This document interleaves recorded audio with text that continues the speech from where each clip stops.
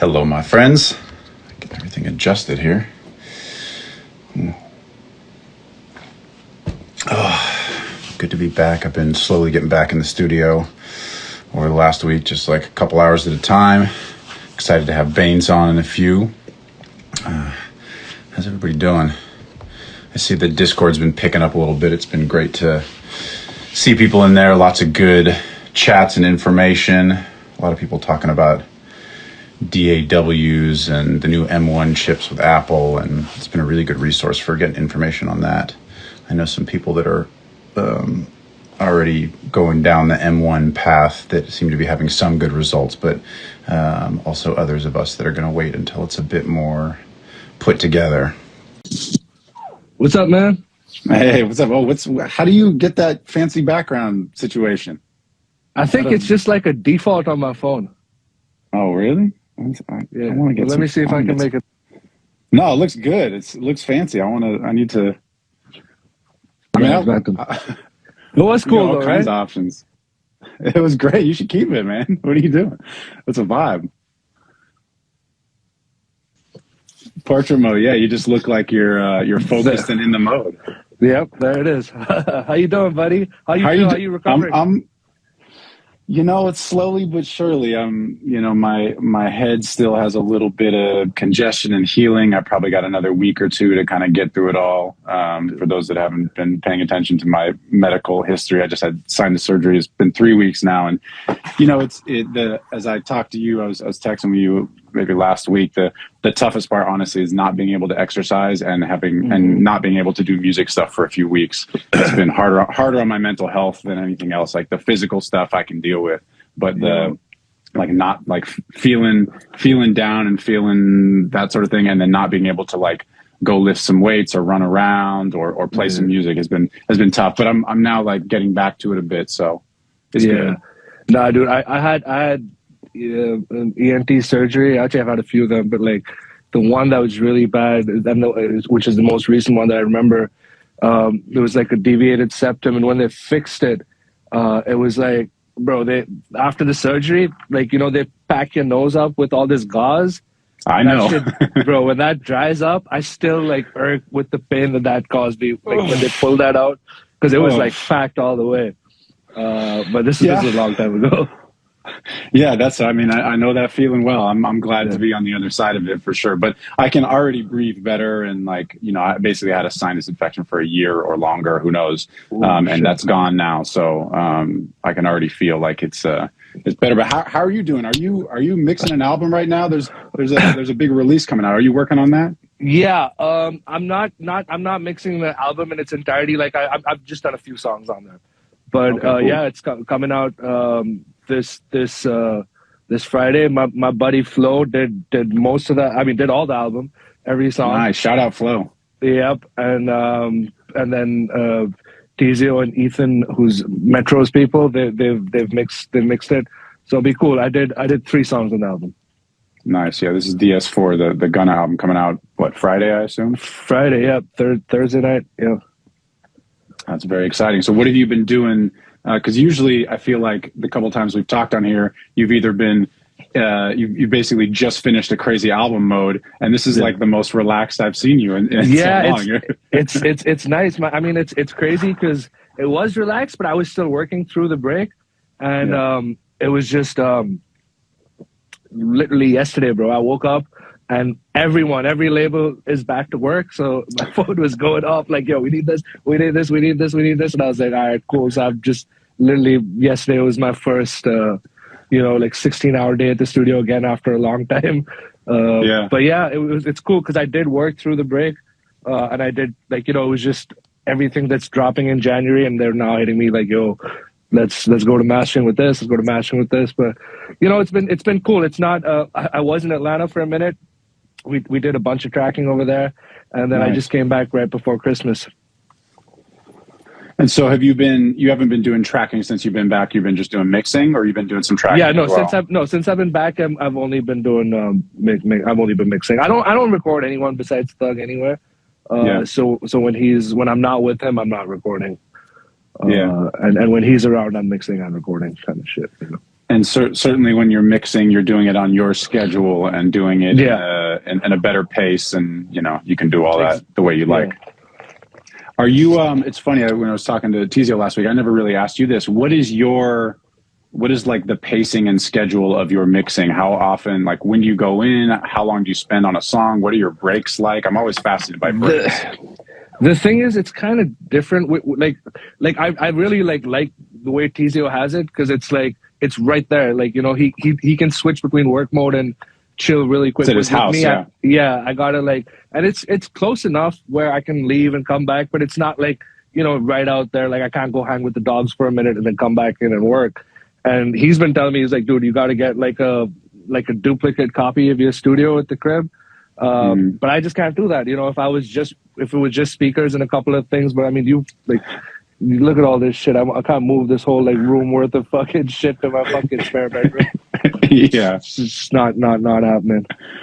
Duplicate system is many tens of thousands of dollars and lots of work and Yeah, but once I'm here in the building, I do take breaks periodically. Whenever I feel like I need a break, I'll take one. There's no arbitrary I've been mixing. I don't set an alarm or anything. It's whenever I feel like I need to take a walk around. I'll go and do it. I'll go chat with someone else, or someone will inevitably walk into my room and have a conversation with me or something. So there's no I just kind of go. It's again, when you have a release coming up right then, and they keep adding songs, then you have no choice. You just have to keep going. You just have to keep getting number. I almost think of it as you have a spreadsheet, and you just gotta, turn that spreadsheet from red to green.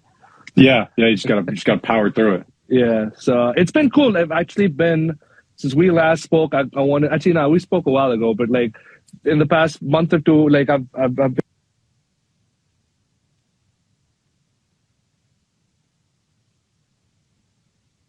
I was trying to cut that off and it exited me out. You still got me? Yeah, you're all good. So you said in the last month or two? I want to say I've done maybe 4 or 5 entire albums and a bunch of singles.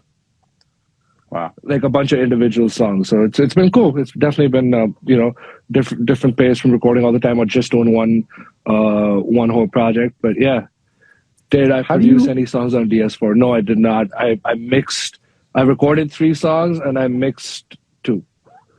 Nice. There were some questions. There was a question this week about rough mixes and what do you listen for in a rough mix before you start your mix. And I'm actually curious because sometimes you're mixing things that you just get sent a rough and you get sent stems and then you mix. And then some songs are songs that you've cut the vocals. So I imagine the approaches are probably a little bit different.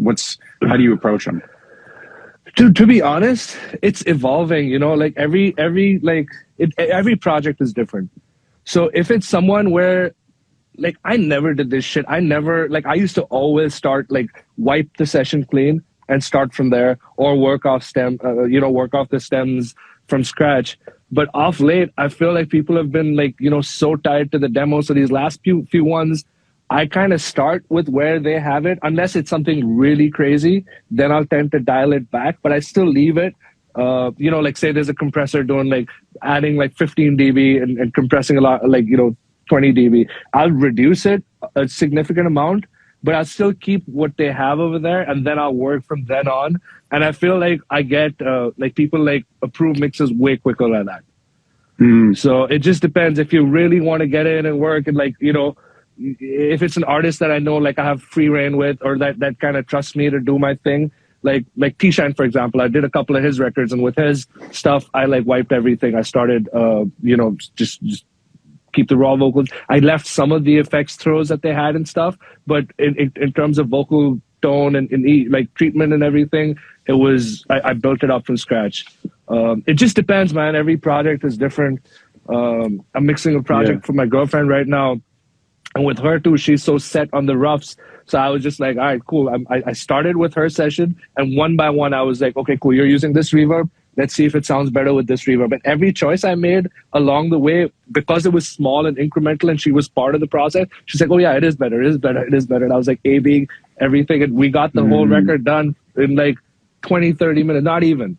And I was okay, cool. If I can work faster like this and not go back and forth with revisions, it's Well, it's an interesting part of how records are being made, and we've talked about this a little bit, where people who are giving you roughs, they're giving you mixes. They're just giving you their mixes, because it's not like you have, you can use FabFilter, Pro Q3, and they can't, or something. Like, everybody has the same tools essentially. I mean, obviously we'll talk about fancy hardware and $10,000 compressors and all that, but by and large, people are out there mixing. That's part of why these conversations, I think, are useful to people, because everybody can do it. So for you to then do those finishing touches seems to make a lot of sense. But it's also interesting. I think it's good for people to hear that, I've gotten a few questions in DMs in the last week about approaches, particular approaches for EQing something or harshness or something. And the answer is always, the people who are the best at this know how to use all the tools, and then we'll just pick the right one for the situation. So it sounds like there are records where, if it makes sense, you'll on the fly just go, all right, I'm going to do a few tweaks. I know what they're going for. I'm not going to mess with it. And the other ones, you're like, I'm going to do everything from scratch. And do you just make those decisions on the fly based on the project, that sort of thing? Yeah, based on the project, based on the relationship with the artist, and based on what the rough sounds like. If the rough is like, if you can tell when someone's put in a lot of effort, and it might not be what you would do. See, I was just going to add to what you were saying earlier. Like, when people prepare the stems and when people are doing it, I feel like what people tend to do is they tend to, too little of something is great, because then I can do it. It leaves room for me to do it. It's when people do too much of something, like they'll DS too hard. And I love fucking DS. I love getting the harshness out, but there's a fine line between, going too far and like just being the right amount. Sounds like people have a lisp on their vocal. Exactly. So then what that means is I'll have to go back in and do the opposite of what you normally do. Draw up the S's and stuff. There's a project I'm working on right now where some of the vocals, it's a complete album. There's really dope artist. He's on RCA, and it's more like R&B. It's rap too, but it's more like R&B and singing. It's kind of different from what I normally do. But I've been having a lot of fun with it, and with that is where you have to like draw up a lot of the S's and do a lot of stuff like that. The opposite of what you would normally do, just because so much has been committed in. So I would say when people do send it, if you can like just back off a little bit, and then you get that sound. But sometimes like crazy 10, 20 dB of compression is what they like. That just gives it an energy. Another thing I've realized sometimes is when you, and like, again, like the stems are lined up and everything. This is the preface to what I'm going to say next. But when you get stems in, and when a whole track comes together and there's, mix bus compression and it's limited and everything is done together, sometimes the feel changes in terms of timing. And you got to be really mindful of that. Like just the timing and the groove. You might have a different element. Like maybe the hi-hat was really loud before and you've turned it down. And same with the snare, but now that's changed the whole feel of the record and stuff. So that's kind of what, where you have to throw some of the technical shit out the window and just go with what feels right for the record. It's a good point. And, I notice it a lot when just playing in a writing session and just destroying a mix bus with clipping just to see what happens. Feel can change dramatically, because you're getting the pump of a compressor, the release time of the compressor based on the tempo. How, like you said, is one of the most interesting things is if you just have a beat and then you clip it, and all of a sudden the places where the kick and snare hit, everything's pulling back, obviously. So the hi-hat gets this bouncy feel to it. And exactly. I've always wondered about that. People ask versions of this question all the time. How do you send those stems to a mixer if you have a drum bus that is smashing things and therefore you're getting a feel with the hi-hat? How do you prefer to get that? If somebody has a beat, so again, for people unfamiliar, like let's say you make a drum beat, then you make a drum bus and clip it like crazy, and the effect of that distortion and compression makes the feel a certain way that isn't otherwise there. How do you, obviously you'll hear it in the rough mix, but how do you deal with that? How should people send stuff?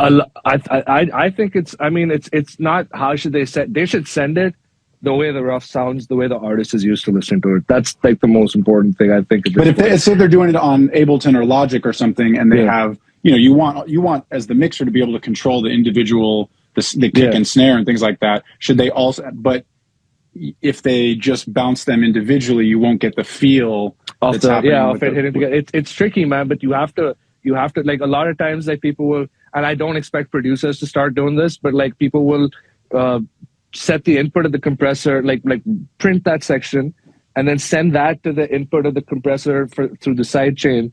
And that way, and it's not outputting anything. It's still triggering the same way it would. So there's times where I would do that. I don't expect producers to do that. I think that's just one of those things where as a mixer, you have to assess and see. And if it is doing that, you'll end up, like you can hear it. You can hear it in a rough. A lot of times it'll be better, but when something you're doing is killing it, you just have to like figure it out, man. Do unconventional shit. Like crush it and see if it works. I hate doing that. But sometimes it works. It feels, it doesn't look right, but it feels right. So you're like, all right, cool. Well, this is the thing we talk about too. There's one of the clips we put up on the Live with MattRad clips channel talking about mixing like a producer, like understanding what you're really trying to achieve from a musical and songwriting level as the mixer is actually really important, because you hear a rough, you pull up stems, you're like, what's different about this? You know what the intent is of the beat and how it's supposed to sound.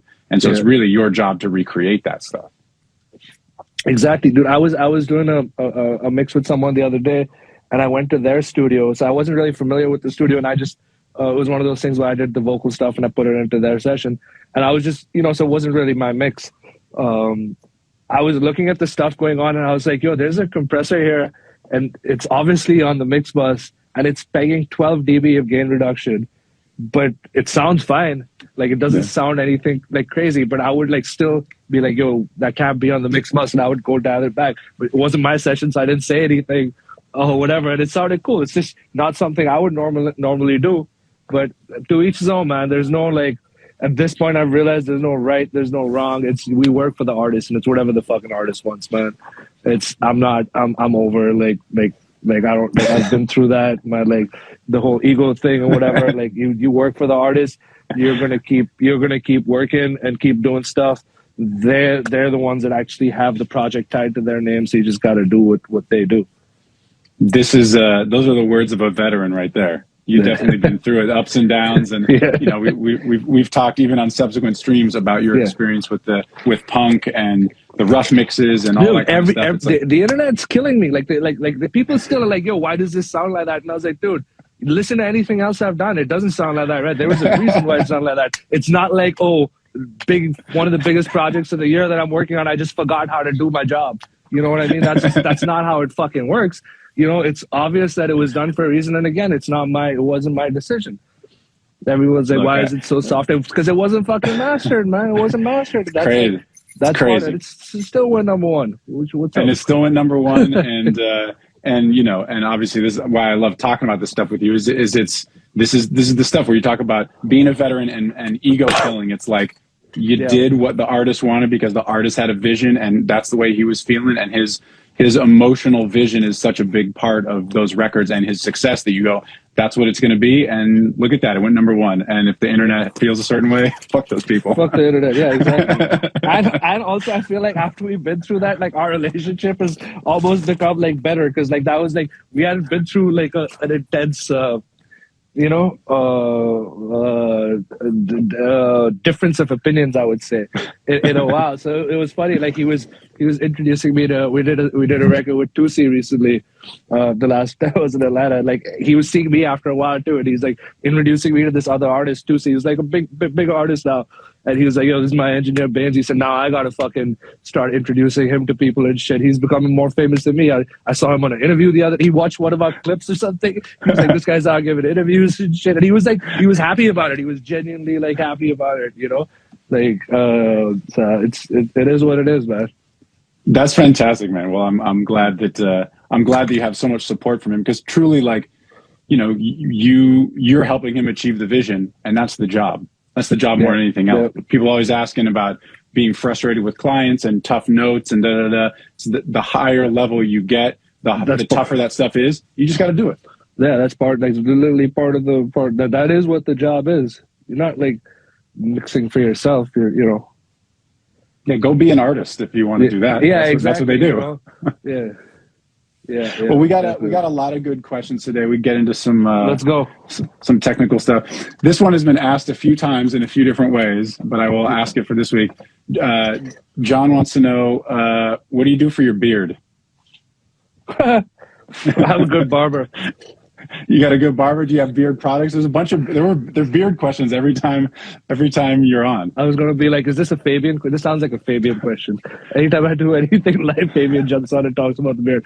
Nah, so over the past few years, it's definitely gone a lot lighter than it used to be. So I'm embracing it. I don't color it. It looks dope. Yeah.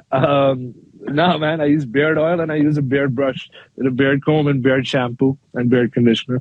You know? Oh shit! Really? All of that? All of those things? Yep. And that's incredible. There you go. And a beard balm sometimes. What does that mean? A balm? It's just like it's like gel for your beard. Okay. Like a balm. Yeah. Yeah. So I'm talking to weed smokers. I thought you said bong, and I was like, a beard bong. I was like, oh, that's some like wild like smoking device or something. Beard bong. That's great. So there's your answer for all the people always asking about beard. There you go. Super technical, and it's important, man. That's how that's how you wean out a lot of the harshness before it gets to your ears. Yeah, his beard's like his mixes, just like well put together, tasteful, a lot of low end. Yeah.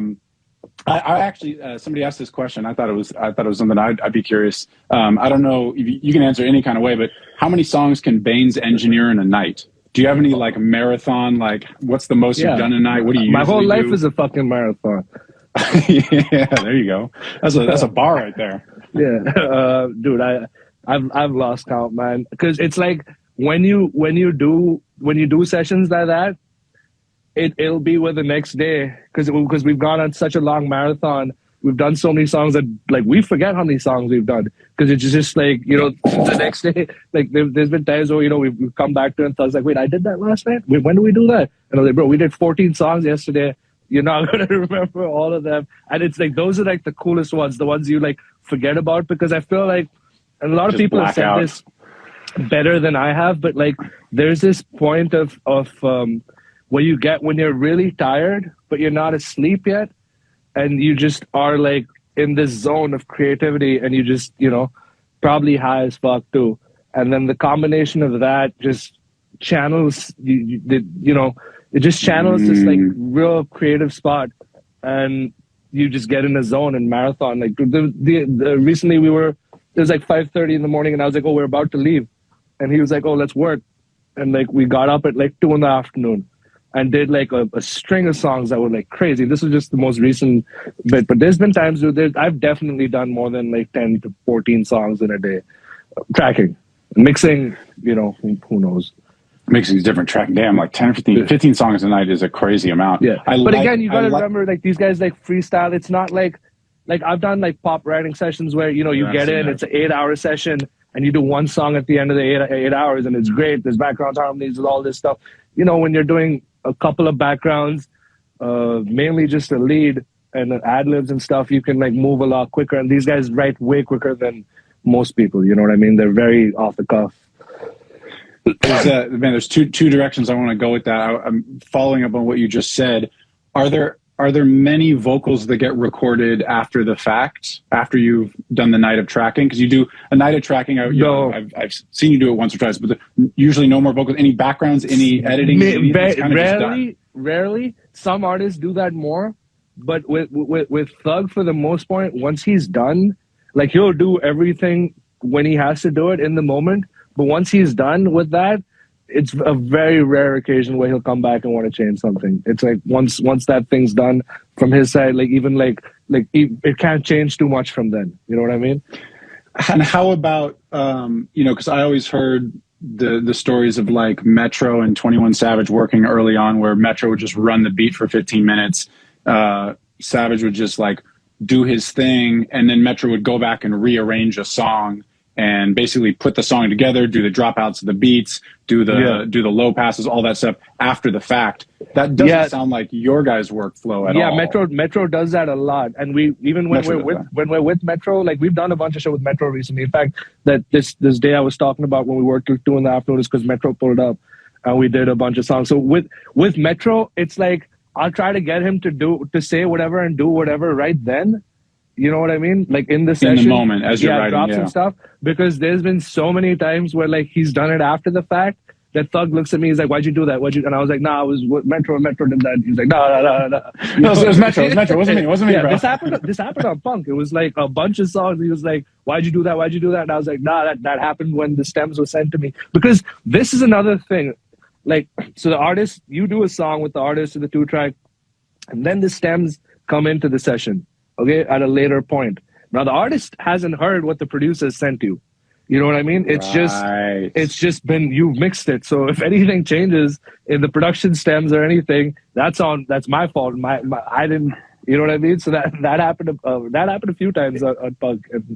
It's almost like it'd be useful to have here's the new production before I get into the mix. I mean, that's how in pop world there's revisions, there's like exactly working on a project right now where it's like there's an initial demo and then I did a second demo where we rewrote some stuff and then we did like a tracking demo and then I sent a rough to them and I'm like, this is like 85% finished, and you know, it's like and I'm gonna mix it too. So there's gonna be 9 versions that they hear. No, definitely. Like, so the only time, like, if it is a producer that he knows personally, that he works with, like a Wheezy or Metro or London or anyone like that, it's still cool if they add stuff, and because he like kind of trusts their opinion. If it's a new producer, like, or just someone that he doesn't know, and they try to change something when they send the stems, that's when I put my foot down. I'm like, nah, dude, it needs to be exactly the same. Like, and people will try to slip stuff past you, like you're not going to realize that they like lost a sample or a sound and they've changed it with something else. That's the most annoying.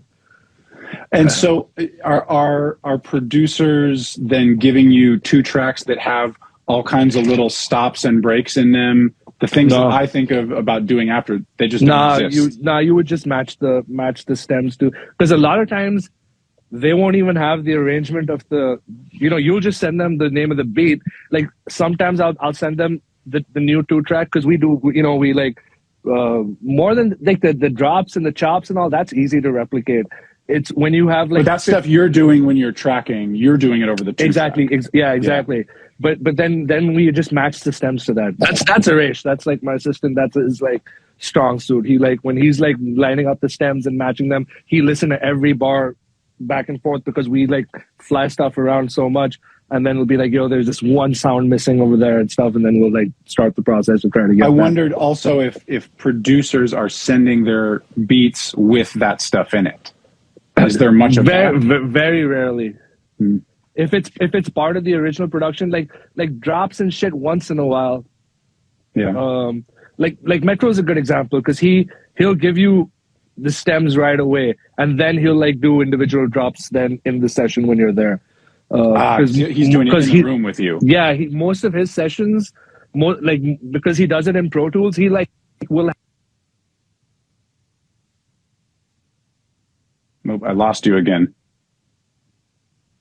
Yeah, sorry. You said because he works in Pro Tools? Yeah, he produces they have all their sessions stemmed out in Pro Tools before it's even recorded too, because he like produces kind of like that. So with them it's easier. They're like, you know, Ethan's really dope with that too. He'll like get something to me or you know, send me the session and stuff like that. So we'll be able to. It's just things that happens, because then it's easier. You can drop a snare out instead of doing a whole drop and stuff like that. You have way more freedom if you have the stems. Yeah. But again, in the tracking session, that usually doesn't happen, man. Interesting. And I'll ask the inevitable question, which happens every time: how do I get beats to Bainz? Are you taking submissions? Do you have an email or anything? Yeah, my email is kind of full right now, and we haven't been recording as much. But when we get back in the recording zone, I'll throw it out there. Yeah, I'll definitely throw it out there. Tell people just follow you and check your stories, and he'll throw something up. Exactly. Yeah. People always ask that. Here's kind of an interesting one, and we could talk about it in a few ways, but I think it'd be useful for people. Josh asked, what's the most important element in mixing vocals? But the question is like, is it compressor? Is it recording quality? Is it EQ? Can you talk about, I don't know exactly how to frame the conversation, but like, you know, people spend a lot of time. We've had this conversation on the Discord recently where people are talking about converters, and at a high level, converters can make a really big difference, or can make a difference if you have lots of money to spend. But if you're a producer starting out, you're much better suited, especially if you're recording vocals, you're much better suited at saving up for a great mic. I think a mic is probably the number one thing that affects the sound. But yeah, can you talk through what you think about that? Because you're now getting vocals, you're mixing different kinds of projects, so presumably they're not all the same chain that you like so much. Are you finding differences? What do you think about that? Yeah, I mean, it just is what it is. You work with what you get. That's just how it is. And again, it would be nice if everything was recorded uniform or whatever. I feel like a lot of times there's a lot more clip gating I have to do when it's someone who isn't as on point with the recording, like someone who isn't like with their hand on the pre or the compressor the whole time. It's a lot more harshness if like because I record with a de-esser, notching out a little bit of the mid-range. We've talked about this. You use the C800 for the most part, but you have a specific de-esser situation. Yeah, a C800 with a 902 de-esser, and either like 3 compressors that I probably would use.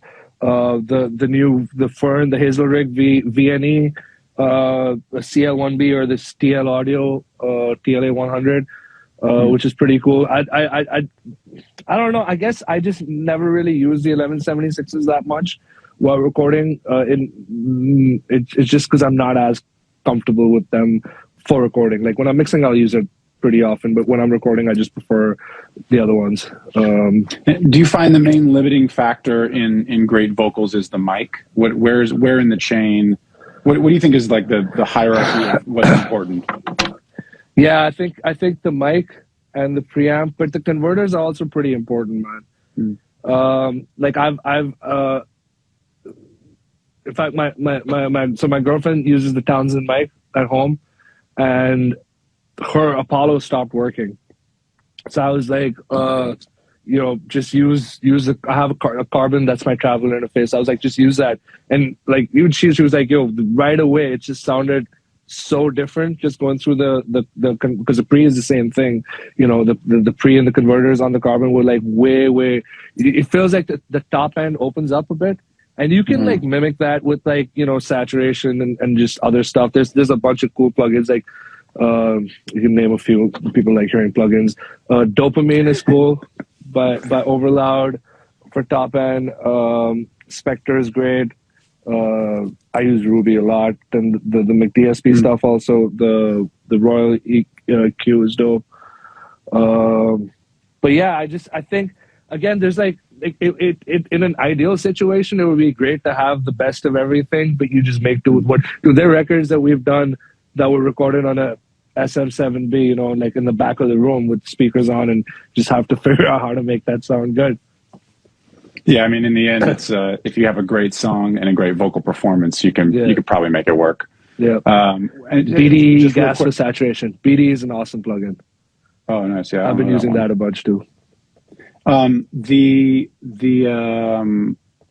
Carbon is a preamp and converter, I assume. It's an interface, yeah. Interface, so it has a preamp built into it. And it's also got it's actually, so basically the Carbon was their answer to the Apollo, I guess. It's got 8 mic pre's, and then another 8 like D-sub line inputs. And it's got a bunch of it's a serious rig. Yeah, it's dope, and it's also got HDX cards built in. Not as many as an HDX card, but it's I think I don't know how many chips. Like I think it might be 3 or some shit. But basically, you can run HDX like AAX plugins, DSP plugins. I mean, sorry. Nice. And this is an Avid. It's an Avid thing. It's a new. Yeah. It's from the new line of interfaces that Avid has. They did the Matrix Studios and the Matrix, and so it kind of looks the same. Nice. And it's cool because it just connects one Ethernet. That's great. I know there's technical questions, but I wanna go a little bit more in on the thing that you brought up earlier, where you're talking about that space where you get many hours in and you're tired but not falling asleep and you're stoned and whatever. I'm fascinated by that topic because it's something because I'm doing a lot more writing sessions and things. Well, I guess you're doing writing sessions as well. You're engineering them, but like there's such a diversity of writing sessions that I do, where sometimes it is that like 8-hour session where we're writing one song, and sometimes it's throw up a bunch of tracks, throw out a bunch of ideas. But there is something, I remember reading an article years ago about Esther Dean, when she had a big run with all those Rihanna records in the late 2000s, her and Stargate. And I remember something about Stargate saying that when I'm actually curious what you guys might do, where Stargate, when he's doing a session with Esther Dean, they're going in and playing lots of tracks. She's throwing ideas. They kind of arrange as they go. It's very much sort of hip hop style writing, even though she was writing pop songs. But they would strategically play the beats. So they wouldn't play like their A-level single beats as the first couple. They'd play more like warm-up beats and let her kind of catch a vibe. Now, I don't think she was doing as much selecting of beats. It sounds like when you guys are in the studio, it's like, let's play something, let's listen. Nah, let's play some. Okay, let's cut something. Let's listen to 5 more. No. But do you have any process with that? Because it does seem like getting into the flow and then getting out of the analytical brain and just getting into the creative brain takes a while. Sometimes it takes substances. Sometimes it takes exhaustion. Sometimes it's just getting a few things out. How do you do that? It depends. For I think in my personal experience, it's more about what vibe they're in the moment. So he'll be like, yo, play some slow songs, or play some turn shit, or play something with guitar. So, you know, like play some R&B and stuff. Like he'll say something like that, and then I'll have to like really jump in and be like, okay, these here, this producer is more this style. Let me jump in. You know, T- might have a couple of smoother songs. Let me go to his folder. Oh, we want to do turn shit. Let's see what Wheezy just sent in. Maybe DY Crazy has sent some shit. You know what I mean? It's just you kind of gotta judge the room and work it that way. Because then once they get in one mode, then he'll probably want to do a few songs like that, you know, because because that's the vibe they're in. How many songs do you cut versus how many? What's the ratio of cutting versus finding their way onto an album eventually somewhere? Dude, there's like, is it 5 to 1? I used to say this I say this like a while back. Dude, that's your answer. It's become more now, but like I feel like for every song that they hear, there's been 500 that will never see the light of day, and it's becoming less now because like before, you think it's like, actually okay? Sorry, go ahead. As the artists get bigger, that number gets less and less because they're getting better. They're not developing anymore. They're not just experimenting. They're doing things intentionally, purposefully. So then now, like, okay, fine. We'll do like 10 songs, 2 or 3 of them will come out. Interesting. And then, so that at the higher level, it's maybe 3 or 4 to 1. Like you cut 4 records and one of them gets kept. Shit, yeah, maybe if you're lucky, maybe even 10 to 1. 10 to 1. Yeah. Wow. But dude, there's definitely been times like I've said this before. Like when I first started working with Thug, like in that first year or so, we did over 400 songs with just me engineering. There were 3 other engineers at that time. So I did about 400 or 500 songs, and I want to say maybe like none of them have come out. Maybe one has come out. Maybe a feature or 2. Like there's so many dope songs that we forget about also. Like he forgets about also. Like everyone forgets. He's like, oh yeah, well, you know, it's impossible to keep track of so much.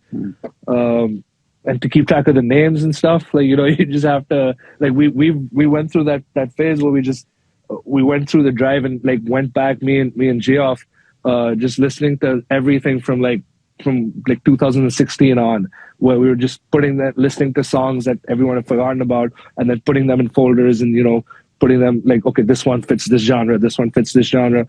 Oh, this one's cool. Maybe the beat could be redone and stuff. And we just, you know, whenever there's not much going on, we'll do stuff like that. Then sometimes it'll get used, sometimes it won't. Wow. That's so many records. And then so do you ever release those beats back to the producers? They just kind of exist and maybe they'll get. Well, that's just goes. That's what Geoff says. He was like, can you imagine, like when we were doing this, that's exactly what he said. He said, bro, can you imagine all these producers that, you know, they can't put their beat out, but they're not getting anything off it or whatever.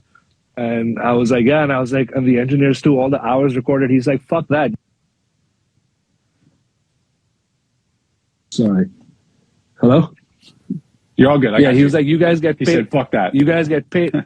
You guys get paid for your work. So you have no reason to complain. You know, engineers, like you get a day rate. You're there, you get paid, and that's it. So you got paid to do that. For a producer, they don't get anything. And then I was like, okay, cool. When you put it like that, I was just worried about, you know, your work not seeing the light of day. People always talk about like the famous Prince vault. You know, Prince said, I don't know, he wrote in his will or whatever before he passes, like nobody is authorized to put out anything without the blah, blah, blah. And so there's apparently like hundreds and hundreds of, you know, Prince songs that were like fully live music in the studio. I didn't realize that there's probably thousands of Thug records and thousands of Chris Brown records. I'm talking to Tizio. It's like, it's an insane amount of music. Yeah, no, definitely, man. There's that's what they do, man. And like, you know, it's just, there's so many older records, which, you know, they're dope records, but you can't put them on now because it's a different time. You can tell, like, you know, they don't really sound, I don't want to use the word dated, but they sound like they were from, like a fan would be like, oh, this sounds like 2017 Thug. This sounds, you know what I mean? This sounds like this. Yeah, the culture was different, and it's like when you're really driving culture, yeah, you know, you're defining eras. I'm sure the stuff from 2016 sounds like probably be dope. I'd love to hear it, but I'm sure people would love it. But yeah, you can't put it out. Maybe there's like some, maybe, you know, 10 years from now, you guys are doing, like Bob Dylan does the bootleg series. There's like 40 volumes of it, and there's like rehearsals and shit. You guys will be able to put out like hundreds of albums. It'd be so insane. Yeah, with the leaks and stuff. That's what I hate the most. Like the dope songs that get ruined because they leak. How is it? How do songs mostly get leaked? Like, where's the weak link in that stuff? Dude, these days, I mean, there's like, I would say before it was like because someone had it and someone sent it to someone and it got texted around a bunch. But now, like, fucking, these guys are getting so fucking creative, man. They're like trying to hack everyone involved. Like you, if your name is tied to an artist as an assistant engineer, they're gonna try to hack you. They're gonna try to. I know you went through that, didn't you? You were talking about one of our previous things. Oh yeah, it keeps happening. Like that happened to me. Like right before the album, they like. Anyway, I've got protection for that now, so I've figured it out. I'm not trying to give people tips on how to do it out here. But I know it's a little bit like, here's how you get some free time. Like, no. It's not going to go down like that. my homie Derek, he hit me up. He said, dude, someone's texting me. How did they get my phone number? And I was like, dude, like that. He was like, yeah, my email I understand, but they got my phone number. And like the next day he hit me up. He was like, yo, lock in my new number. He just changed his number. And I was like, dude, that is too much effort to undergo changing your phone number because of one random thing. Everyone happens all the time. He's like, no. That's so crazy. Well, we got another 15 or so. Maybe we can run through some more like mixing engineering questions. Let's go. Odra's asked, do you keep a consistent mix bus or do you switch it up? Do you have like your main thing, or you switching around? Do you use some things some of the time? What's the process these days? I think the mix bus is usually very consistent. There's a couple of things that I might use on some mixes, I might not use in some mixes, but they're all like it's from a handful of maybe 10 things that I would use or not use. But I feel like when you randomly add something new to the mix bus, it's kind of dangerous, you know. It kind of just causes issues. You never know how it reacts. You might be doing something and not realizing that that's what's causing it. So I kind of keep it fairly consistent. Every now and then I'll either get a new piece or I'll learn something new that I like, and I'll implement it in gradually. Like I'll use it on one in a few songs and then figure out where it works correctly. That's pretty. So I got this Wes Audio compressor, which is awesome. It's an NG bus comp. They were nice enough to let me try it out for a while, and then I ended up getting it. It's completely digitally controlled, but it's an analog unit. So there's no recalls. You open up a plug-in version that just controls the hardware and just leave it on there. So that's how it gets saved in the session. But when I first got that, I wasn't using an analog compressor. I just had like a little limiter thing in this other piece of gear that I have. And I put it out right at the end before it went in. and it just wasn't working. And then so I didn't use it as much. And then I realized I needed it to go one step before in my chain, just because I needed the compressor to go into the limiter and then hit my A to D. And just moving that around made a big difference. So that's something that I added in the past, I would say, month, and I've been using it a lot more. I've replaced just another compressor that I used to normally use. It was like one of three. But I feel like have like a couple of, like some songs will have more low end, and like we've spoken about this. So like the clipper might not work or something else might not work. But like overall, it's just a general thing because they're also not doing much. It's like, you know, everything's doing a small bit, and they kind of like work in together with each other. I feel like that's actually the really high level conversation about clipping. There are a few questions about clipping. Maybe we can talk about that too, but about getting loudness without sacrificing low end, with making everything sound clean is actually a lot of subtle moves. And it's interesting that you said you didn't like the way it sounded, and then you just moved it one thing earlier in the chain, so it was before the limiter, not after, and now it makes sense. And you're probably not talking more than a couple of dB of gain reduction, I would imagine. Or is it more than that? On the compressor? Yeah, oh yeah, never. Limiter? Yeah. The limiter never hits more than a dB. It's like the light never goes on. It's just like just handling like peaks really quick.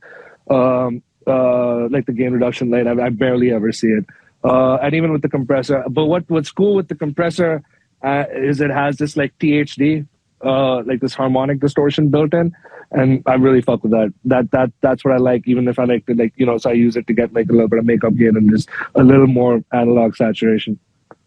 Well, again, when we talk about compressors, we're also talking about things that may add a little clipping, add a little bit of gain, add a little bit of saturation somehow. There were a few questions about clipping for getting level, and tell me if you agree with this or not. I want to say yet again that the number one thing for getting loudness is getting a mix that has everything in its own place without competing frequencies, where you have the vocal sitting in a certain spot and nothing's and the low end feels big, but it doesn't feel cluttered, and the drums are hitting in the right way with EQ and a little bit of compression. That's going to be better for loudness than anything else. But once you get that figured out, how do you think about clipping? You know, we've talked about you do too much clipping, you start losing low end on things. What's your? It sounds like the compressor has a little bit of clipping. Yeah, I think converter has a little bit of clipping. Yeah, most of the clipping that I do ends up being just clipping the A to D, like naturally on the way back in, and I just. And that's the burl. The burl, exactly. That's what I use. Yeah. I know the Lynx doesn't sound the same. The burl kind of clips a little different, but I'm not like. I don't use much. I might use like the T-Rex clipper, and I use the standard clip in my mix. Like when I'm mixing things, sometimes I'll use that. And then there's this other one by. What do you mean in the mix? Like on a snare drum or something like that? Yeah, on anything that. Yeah, on not really on a bus, but on an individual instrument usually. That's where I'll use it. It does really help, man. Like. Or like say Gain Station, the Mike Dean plugin, that works really well to clip and stuff.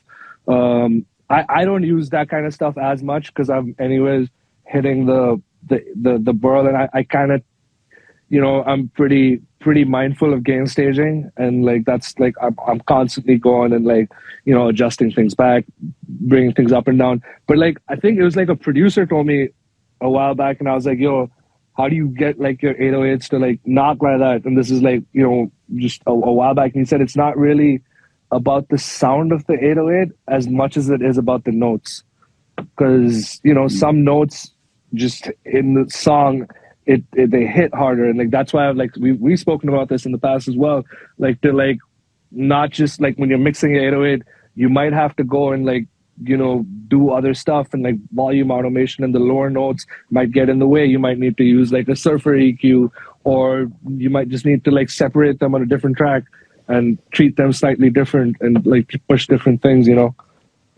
Yeah, different 808s will definitely feel different both in the body. I mean, if you do something that's like a low C at like 32 hertz, that's going to feel very different than a fifth up, and it's going to it's going to need to sometimes be processed differently because it'll hit a clipper or a compressor or your converters slightly differently. And so you'll then have to go and treat it before it hits all those things in order to achieve some sort of evening. And then it also gets back to your monitoring better be pretty damn good. Because if you're not hearing individual 808s, you're in a lot of trouble. And if it's not as even as well, like it'll kind of affect everything else. Like it'll affect your mix bus, it'll affect the way things compress further on. Like, you know, if you have one really low note, that might squash it too much and stuff. So just as even, and that's really what mixing is, man, evening things out so that they all work well together. Yeah, hey, shout out to you in the house. What's up, man? Let's see. We get another 5-8 minutes. Let's see. Yeah, let's do some technical ones. Do you do much group processing? You know, vocal group processing, compression, music versus vocals, individual things. You do background vocals and lead vocals. Are you doing much bus stuff, or is it mostly individual tracks? No, all the leads of like the verse leads. Like I'll process in the individual tracks, and then it's usually when I run out of plugins, then I'll move to the bus that they're hitting. And then there's on the all vocals, there's usually maybe like I use the chicken head compressor from McDSP. That's pretty cool. And like I'll put not doing much gain reduction, I imagine. Nah, barely. Like maybe a dB at the most. Just to like, you know, even things out in case I forgot anything. So that they'll have their own processing. Then so everything has its own processing, and then it'll hit, like the vocals will hit all vocals that will then go out, which have that compressor, and then they'll go out a different output. The 808s will go out a different output, but they eventually end up hitting, so it's first the bass and then the drums, but then they go out, they go out separately as well. But sometimes I might group them together in case I want to. So sorry, this is in Pro Tools, you have vocals, you'll have drums, you might have 808s, bass in a separate thing. You'll send those out separate outputs out of Pro Tools into different things and then sum them analog back into the so it's going out, exactly. It's going out of Pro Tools, hitting a summing mixer, and so that's 16 channels go out. 16 channels go out, and then the other interface is for hardware inserts and stuff like that. And then, you know, it hits a couple other pieces after that. It hits the Fusion that I have. It hits this other. Then it goes to this West Audio compressor I got. And what's the Fusion? It's this SSL unit. I got it like a while ago, and it just, again, that's just doing a little bit of width stuff and a smiley face if needed. And what I really like on that is it has this high frequency compressor, so it kind of you know, tames things. And is that mostly taming like sharp hats and things like that, or is it de-essing? Is it kind of everything? No, it's not really de-essing. Maybe a little bit, but it's mostly for hi-hats. I need like harshness that's in the mix. Interesting. And so then it's all summed together, and then it goes back in through the burl. And how much clipping are you doing on that usually? On the burl, it's barely like, dude, it might, like a snare might take it to the red. Like it's not going to be like very rarely is it the 808s causing it to do that. Interesting. Yeah, I always. It's one of the things that visitor. What's up? What's up, man? Oh man! How you doing, brother? He shows up in the chat. And then just shows up, right? How's it going? Good. I'll let you finish. Yeah. Oh man, I got a week left before I can like come out and hang out at all. So I can't wait to come see you guys. There's no point. Everyone in LA has fucking COVID right now. I know, it's crazy, man. It's absolutely crazy. Have you been able to? We'll just turn into a COVID conversation. Have you been able to escape that shit? Is it affected things much for you? Not yet, but everyone and everyone, I know more people that have COVID right now or have had it in the past month than don't. Like, thank God I got that booster when I did. I'm straight now because I've been good around everyone. I definitely know dozens and dozens of people. I'm sure we all do. It's but hopefully it passes and then we can all just hang out. We're talking about doing. I don't know if you and I have talked about this, but we're talking to John about maybe doing a live event of some sort. Maybe like Yumi, John, Tizio, Kian can like hang out and do a little panel typing, answer some questions. Can John cook? Yeah, I mean that's what I was going to say. Is that John cooks, and we all just bow to him. That would be amazing. So we've been talking about doing that. So hopefully this wave gets done and we can make that happen. I'm going to see him later this week, I think, for dinner. So hopefully we can sort that out. Let me see if there's any other little questions. Yeah, sorry, I don't have like a direct answer for the clipping thing. It's just something that happens. If it does happen, it's like I'm just not gonna. It's not like I'm trying to clip, but I'm trying really hard not to. And if something gets by and I like the way it sounds, and I'm not gonna go crazy, killing myself, trying to regain stage everything. I'll just let it be. But it's because when I'm working in the box, I wouldn't let that happen. Tell me what you think about this. Agree or disagree or elaborate on it. It seems like the vast majority of processing, especially things like compression and saturation, the most gain reduction, the most saturation, the most EQ, all that stuff's being done on individual tracks. And then everything with buses, either whether the individual buses or the final mix bus, you're never doing more than a dB or two of, I mean, not never, but very rarely are doing more than a dB2 of anything, of whether it's EQ, whether it's gain reduction, whether it's clipping. Even if you're using multiple things to clip, you're never doing anything that's like, this thing's clipping for, going 4 dB into it of reduction or something like that. It's always very subtle. Like I feel like most people, and I know most people work the same way. If you need, if your mix needs like 4 dB of limiting, then you need to reassess your mix. But even if it does, no one's going to end up doing 4 dB on like one. Like you might have like 2 different limiters or something else. Like in fact, I've actually seen a video of someone like doing dope engineers, actually like Josh Goodwin. I saw in one video, he has 2 Pro L2s, and that's that's what he uses. Just using them a little bit. I usually use different things just because I don't know why. I've just never thought to do 2 of the same thing. But yeah, it's just like things sound better when they're given just a little bit, of stuff to handle, not like a lot of information. Yeah, that's a very important thing for people to internalize. Maybe one last question. And you kind of take it wherever you want. Matt asked, how do you make a vocal feel upfront without sacrificing the track? I mean, I think it helps a lot with the style of music you're doing. You're not getting the like Serban pop, everything is in your face, and having to carve out weird spaces for the vocals. But how do you? I mean, you do have that is a big part of it. Carving out spaces and getting the vocal to like handling a lot of the small shit, the problems with the vocal. So when you push it up, it isn't abrasive. When you clean up stuff a lot, when you handle a lot of these issues, you're basically essentially allowing yourself to turn the vocal up a dB, 2 dB, 3 dBs without it being abrasive, without it being harsh, and you kind of just work on it that way.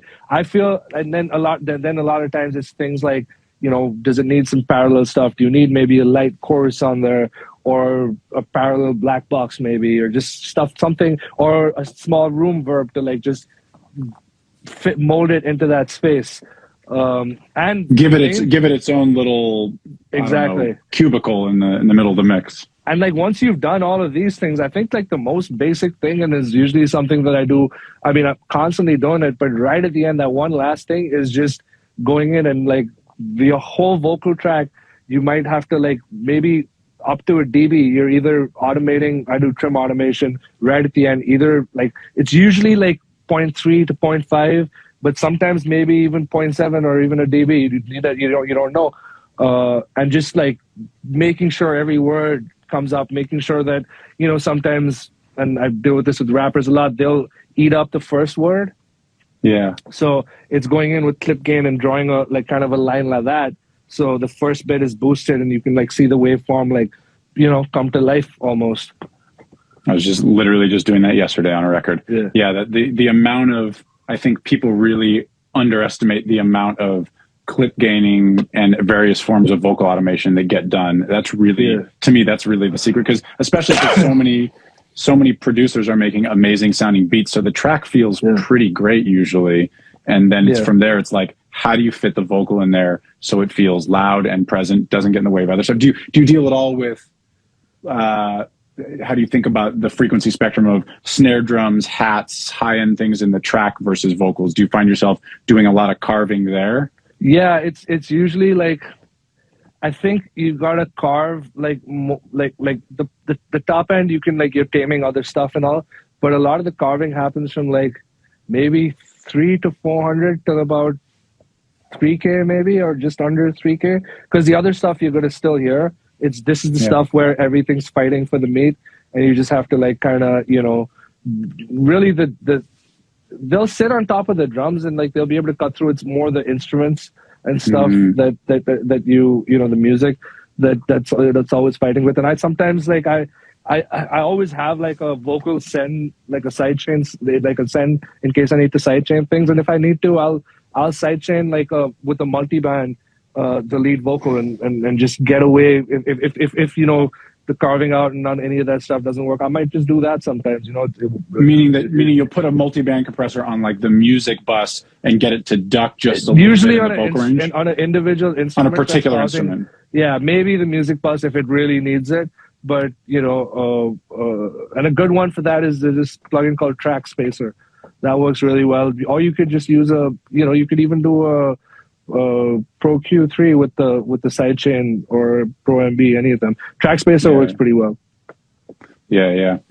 Well, great, man. I always love having you on. It's good to see you. You're looking healthy and happy. Thank you for the beard tips.